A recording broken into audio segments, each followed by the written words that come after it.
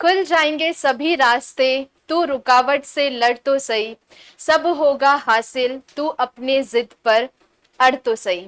Hello, नमस्कार, जय Shri Krishna, welcome back to the channel. मैं आपकी मेंटर डॉक्टर किंजल मकवाना फिर से आपका स्वागत करती हूँ चाणक्य एग्रीकल्चर इंस्टीट्यूट के ऑनलाइन प्लेटफॉर्म पर। फिर से मैं आज आपके सामने हाजिर हूं एक नए टॉपिक के साथ जो कि बहुत ज्यादा इंपॉर्टेंट है, इंटरेस्टिंग है और आज तक बेसिक से बेसिक या कह सकते हैं छोटी से छोटी एग्जाम या बड़ी से बड़ी एग्जाम्स में इसको लेकर, इस टॉपिक को लेकर क्वेश्चंस आ चुके हैं। क्या है हमारा आज का टॉपिक, जो कि है evaluation of hexaploid wheat. Quick revision कर लेते हैं, हमने क्या पढ़ा था लास्ट क्लास में। हम लोग पॉलीप्लॉइडी पढ़ चुके हैं। पॉलीप्लॉइडी के टाइप्स क्या है, एन्यूप्लॉइडी, यूप्लॉइडी। और यूप्लॉइडी क्या होता है, जिसमें गुणसूत्र के 2n से अधिक सेट प्रेजेंट होते हैं जीव में। किसी ऑर्गेनिज्म में 2n से more than 2 set of chromosome present in an organism is known as euploidy. ये हमने समझा था। यूप्लॉइडी 2 टाइप्स के होती है, ऑटो एंड एलो। जब 2 सेट से अधिक गुणसूत्र के 2 सेट से अधिक जो गुणसूत्र उपस्थित है, एक्स्ट्रा सेट ऑफ क्रोमोसोम जो है वो सेम स्पीशीज से आ रहा है, तो उसको हमने क्या कहा था, ऑटो पॉलीप्लॉइडी। और जो एक्स्ट्रा सेट ऑफ क्रोमोसोम है वो डिफरेंट स्पीशीज से आ रहा है ना, तो वो हमने समझा था एलो पॉलीप्लॉइडी। ओके, तो मैंने आपको, अगर आपने क्लास नहीं देखी है, कि अगर आपने क्लास नहीं देखी है तो आप पहले जाए वो वाली क्लास देखें। उसमें मैंने आपको बताया था कि एलो जो हेक्साप्लॉइड है उसको हम लोग एग्जाम्पल में वीट का एग्जाम्पल लेकर अच्छे से समझेंगे। और अगर वो भी आपने पहली वाली क्लासेस भी नहीं देखी है, आपके जो टॉपिक्स है वो क्लियर नहीं है, तो उसे प्लीज पहले देखें और फिर इसे कंटिन्यू करें।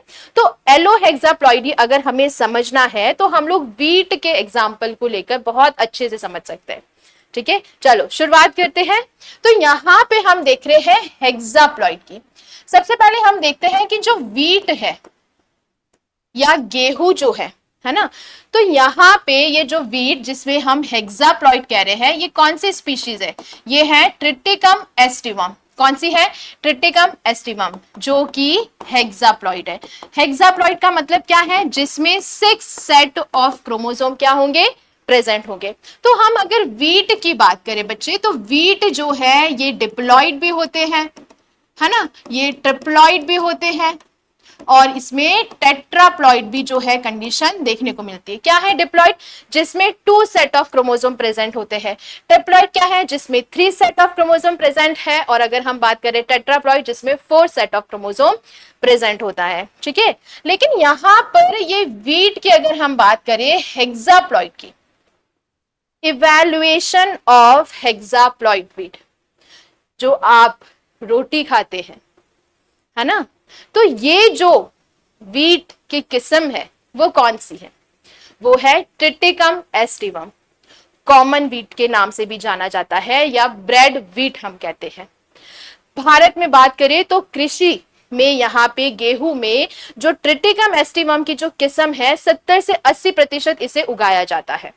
इसके बाद ट्रिटिकम ड्यूरम वगैरह। लेकिन अगर हम बात करें क्यों ज्यादा ट्रिटिकम एस्टिवम लोग पसंद करते हैं, इसकी क्वालिटी बहुत अच्छी है, गुणवत्ता जो है इसकी बहुत अच्छी है, इसलिए जो है भारतवर्ष में ज्यादातर क्षेत्रों में ट्रिटिकम एस्टिवम जो है या गेहूं की ये जो स्पीशीज है वो उगाई जाती है, जिसे हम लोग ब्रेड वीट भी कहते हैं। क्या कहते हैं, ब्रेड वीट।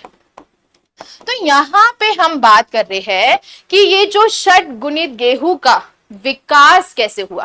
क्या ये जो गेहूं की किस्म है, क्या ये पहले से उपस्थित थी, क्या इसे मानव द्वारा विकसित किया गया, क्या नेचर या प्रकृति ने इसे विकसित किया, इन सभी के आंसर आपको मिलेंगे। ओके, देखिए अगर हेक्साप्लॉइड वीट की हम बात करें, इससे तो आप समझ लिया कि इसमें 6 सेट ऑफ क्रोमोसोम क्या है, प्रेजेंट है। और आज के टाइम में सबसे ज्यादा उगाई जाने वाली गेहूं की किस्म है ट्रिटिकम एस्टिवम, कॉमन वीट या ब्रेड वीट। इसका विकास कैसे हुआ, तो बहुत हजारों साल पहले ट्रिटिकम या हम कह सकते हैं गेहूं की कोई किस्म को उगाना चालू किया होगा, डोमेस्टिकेशन हुआ होगा। ये पहले से थोड़ी खेती की जाती थी, ये सभी तो कहाँ जंगल में पाई जाती। तो हम वाइल्ड स्पीशीज की बात करें तो वाइल्ड स्पीशीज की अगर हम बात करते हैं कि सबसे पहले डोमेस्टिकेशन हुआ, ग्राम्यान हुआ, जिसमें जो है आदि मानव ने क्या किया, उसे जंगलों से wild area to cultivated area लाकर उसे क्या किया, उगाना स्टार्ट किया। तो उस टाइम पे कौन सी स्पीशीज थी गेहूं की, ट्रिटिकम बोइटिकम, या जिसे हम लोग ट्रिटिकम एजियोलोपॉइडिड्स भी कहते हैं। ये जो है वाइल्ड स्पीशीज है। सबसे पहले जो हम कह सकते हैं wild area to cultivated area लाकर गेहूं की स्पीशीज लाकर उगाना स्टार्ट किया आदि मानव ने, जो थी ट्रिटिकम बोइटिकम, या जिससे ट्रिटिकम एजिलोपॉइडिस के नाम से भी जाना जाता है। ओके, नेचुरल सिलेक्शन हुआ इसका, प्रकृति ने चयन किया। कैसे? नेचुरल सिलेक्शन थ्योरी आपने पढ़ी होगी, जो कि किसने दी थी, डार्विन ने दी थी, है ना, जिसमें डार्विन ने यह कहा था कि वही जीव सर्वाइव करेगा, वही ऑर्गेनिज्म जो है सर्वाइव करेगा जो सभी कंडीशन हम कह सकते हैं ताप, अधिक ताप में, या हम कह सकते हैं हर तरह की जो वातावरणीय चीजें जो है चेंज होती है उसमें सर्वाइव कर लेगा, वही जो है आगे जीवित रहेगा। तो हम कह सकते हैं इसका नेचुरल सिलेक्शन हुआ। किसका? जो वाइल्ड स्पीशीज थी, किसकी? गेहूं की, ट्रिटिकम बोइटिकम का। और ये धीरे धीरे धीरे इसे उगाते गए और ये जो है कन्वर्ट हो गई एक कल्टीवेटेड स्पीशीज में। और फिर यहाँ पे हम कह सकते हैं ट्रिटी मोनोकोकम जो है एक कल्टीवेटेड स्पीशीज के रूप में जानी गई।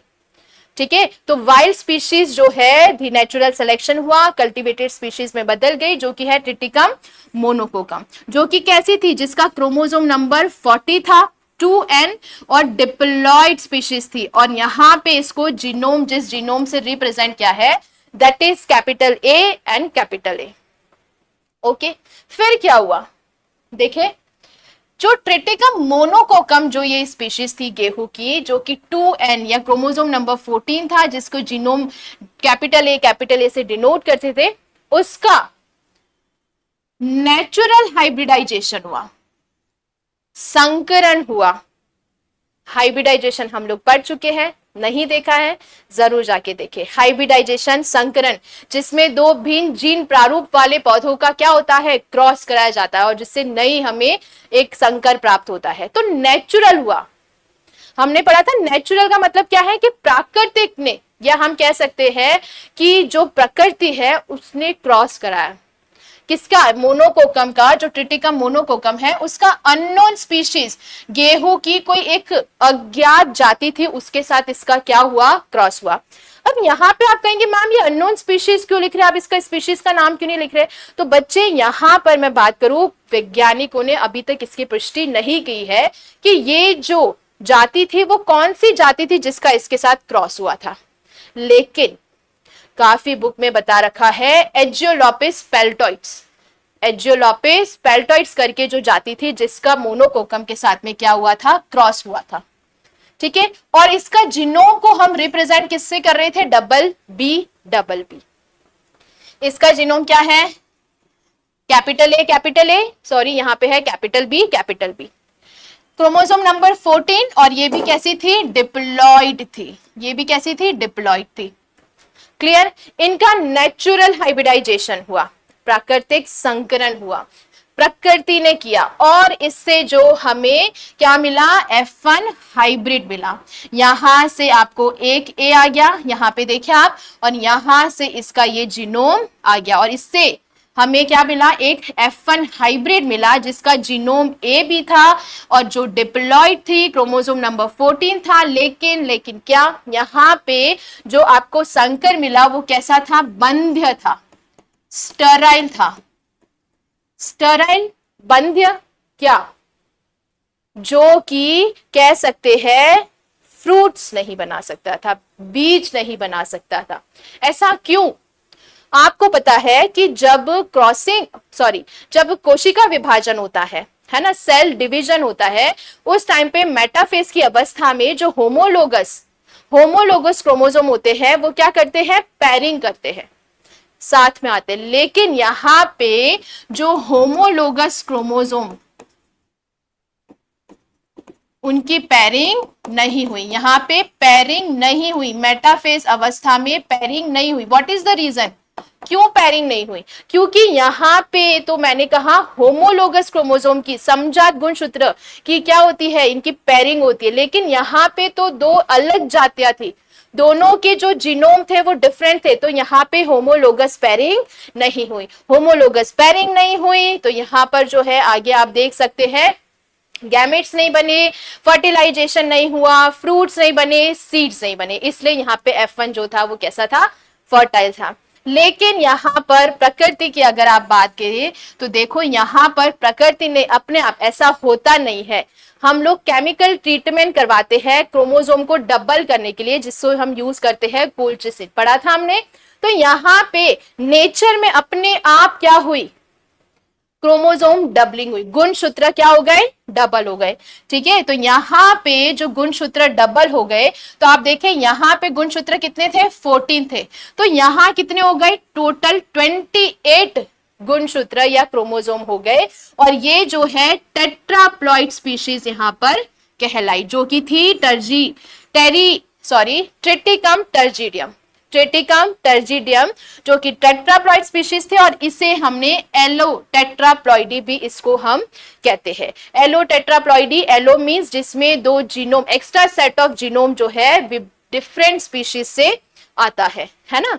ठीक है, यहाँ पे आप देखिए ये कैपिटल ए इससे आया, ये डबल हो गया, और ये जो है कैपिटल बी जो है ये डबल हो गया, तो ये है capital A capital B, chromosome जो है क्या हो गए, डबल हो गए।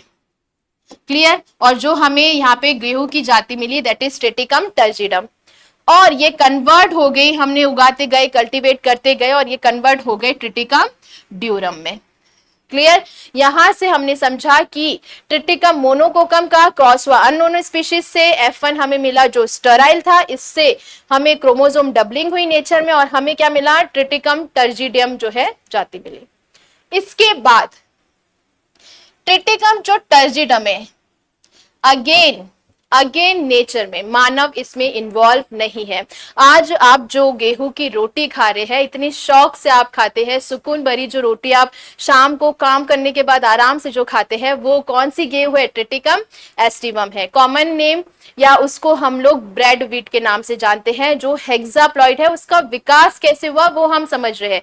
वेरी वेरी वेरी इंपॉर्टेंट, हर क्वेश्चन, हर एग्जाम में ये क्वेश्चन जो है पूछा जाता है, अच्छे से समझे। देखिए फिर अगेन जो है नेचर ने इसका क्या किया, नेचुरल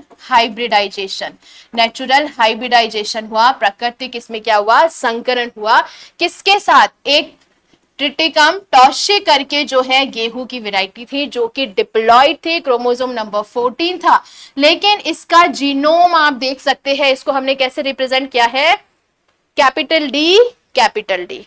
और यहाँ पे इसका क्या है, टर्जिडियम का हमने समझा ये कैसे आया, ये देखिए आप, कैपिटल ए कैपिटल बी, इसका क्रॉस हुआ किसके साथ, ट्रिटिकम टॉशी के साथ। ओके, अगेन नेचुरल हाइब्रिडाइजेशन हुआ। F1 हाइब्रिड हमें मिली जो कि कैसी थी, ट्रिप्लॉइड थी। और आपको पता है जो भी odd number of sets of chromosome है, 3n हो गया, 5n हो गया, ये ऑड नंबर के जो भी गुणसूत्र होते हैं उनके सेट जो होते हैं ये स्टेराइल होते हैं।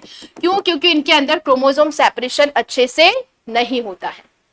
ओके, और यहाँ पे जो F1 हाइब्रिड हमें मिला जिसका जीनोम आप देखें, ये A एक यहां से आया, ये B यहां से आया, और यहां से ये D आ गया। तो ये जो ट्रिप्लॉइड थी ABD, जो कि कैसी थी, स्टेराइल थी। लेकिन अगेन जो है प्रकृति में क्या हुआ, नेचुरल क्रोमोसोमों डबलिंग हुई, गुणसूत्र जो है वो क्या हो गए, डबल हो गए। और ये किसने किया, क्या मानव ने किया, नो। क्या आंसर है, ये प्रकृति ने किया। और अगर हमें करना है तो हम क्या यूज करते हैं, कोल्चिसिन केमिकल जो है उसका प्रयोग करते हैं क्रोमोसोम डबलिंग में, पढ़ा है हमने। ओके, तो यहाँ पे नेचुरल क्रोमोसोमल डबलिंग हुई, और जिससे फाइनली हमें ट्रिटिकम एस्टिवम गेहूं की स्पीशीज मिली। जो कि गुणसूत्र अगर जीनोम की अगर हम बात करें तो इसका जीनोम है capital A, capital B, capital B और capital D, capital D. Clear?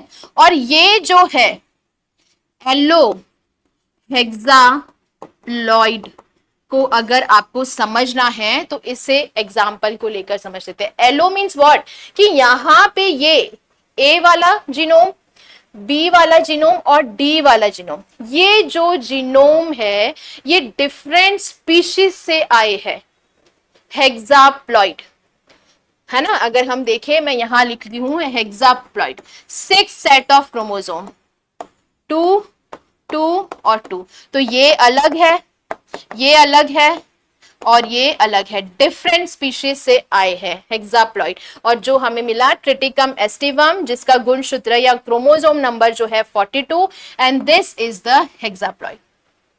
Okay, तो बहुत ही इंटरेस्टिंग और बहुत ही इजी लेकिन वेरी इंपॉर्टेंट टॉपिक था।